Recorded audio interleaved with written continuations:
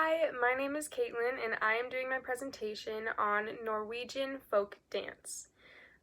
This dance is performed by Norwegian dancers and began in a rural area in Norway called Hallingdal Valley. The dance that I'm going to focus on today is called Halling Folk Dance. It is performed by male dancers and is used to show off their acrobatic talent, typically at events like weddings.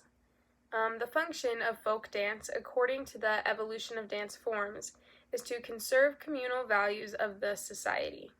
This can definitely be seen with the Halling folk dance because this dance is mainly performed at weddings. Weddings are typically known for being an event that brings a community together. It allows people to express their marital values as a society. This dance showcases those values by displaying the traditional Norwegian marital ideologies as well as male and female roles within their culture.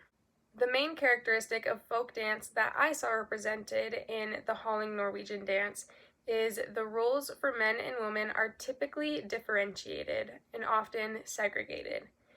This is clearly seen with the Halling dance because male dancers are the only ones who perform it. It is meant to showcase the strength and acrobatic talent of the male to the woman at the event. In the dance, there is also a woman, however, she mainly stands on the side and tests the male dancer's abilities. I will put a photo here so that you guys can see what I'm talking about.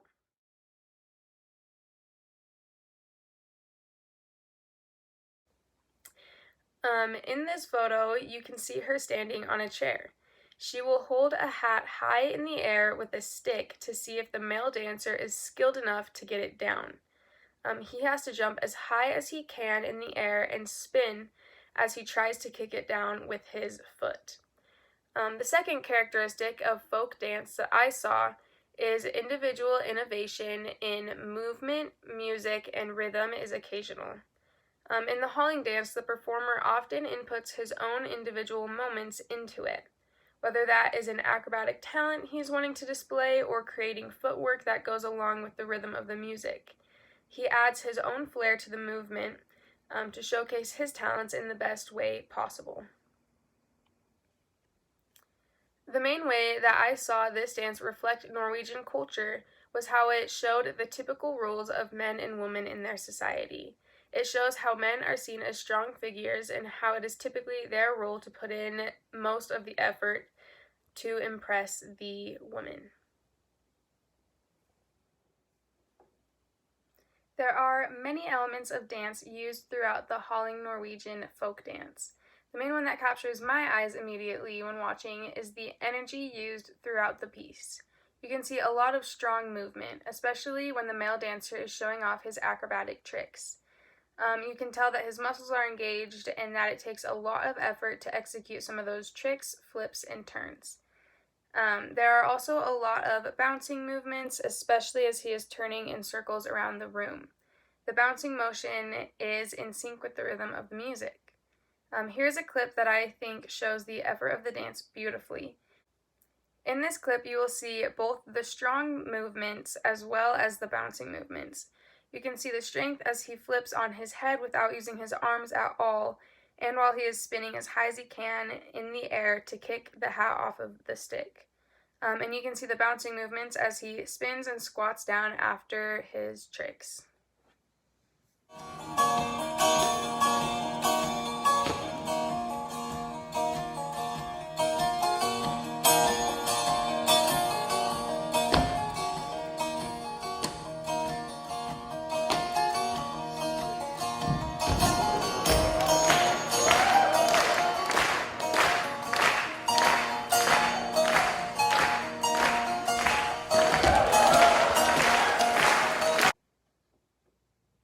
Another element of dance that I think is very prominent in this piece is the use of shapes. He creates many shapes with his bodies, but the one that I noticed that was used the most was when he would squat down with his arms out. It looked like his arms and legs were creating almost a diamond shape.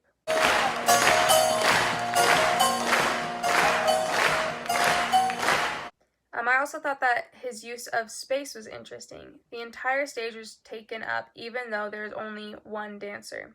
It is really easy to take up an entire stage when you have a whole group of people, but with one dancer, it takes a lot more effort to get him to cover the entire stage throughout the piece.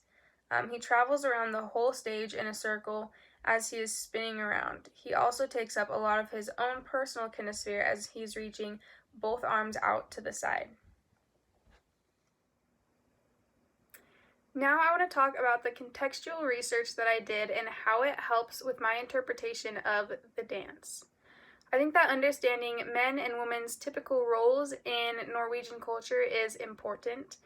Understanding that men are usually the ones to display acts of strength and virility helps the viewer keep that perspective when watching the dance. My interpretation of the dance is that the male dancer is trying to display his skills and talent to try to impress the female. One thing that I noticed in the dance was how the male dancer's facial expressions would switch to a smile or a flirtatious smirk when he would walk past the female dancer holding the hat. It was as if he was trying to get her attention and impress her.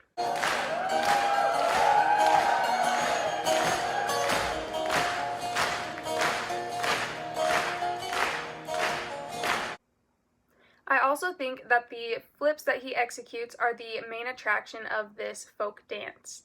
The tricks are the true test of his strength, and they show the male dancer's full capabilities, especially taking into account that he can perform these crazy acrobatic tricks right after he has been spinning over and over again is pretty impressive. These tricks are used to hopefully impress the female watching. I also think that the use of his kinesphere and the stage space is meant to make him look more grandiose. The more space he takes up, the more important or pompous he seems, especially when he takes up his kinesphere by stretching his arms out with his hands turned up. He gets an element of regalness to him. By learning more about the context of male and female's roles in Norway when this dance was created, it helps you to better interpret the meaning behind the movements. The Norwegian folk dance is a fascinating dance full of acrobatic talent. The dance does an amazing job at showing the function and characteristics of folk dance, as well as portraying the Norwegians' culture.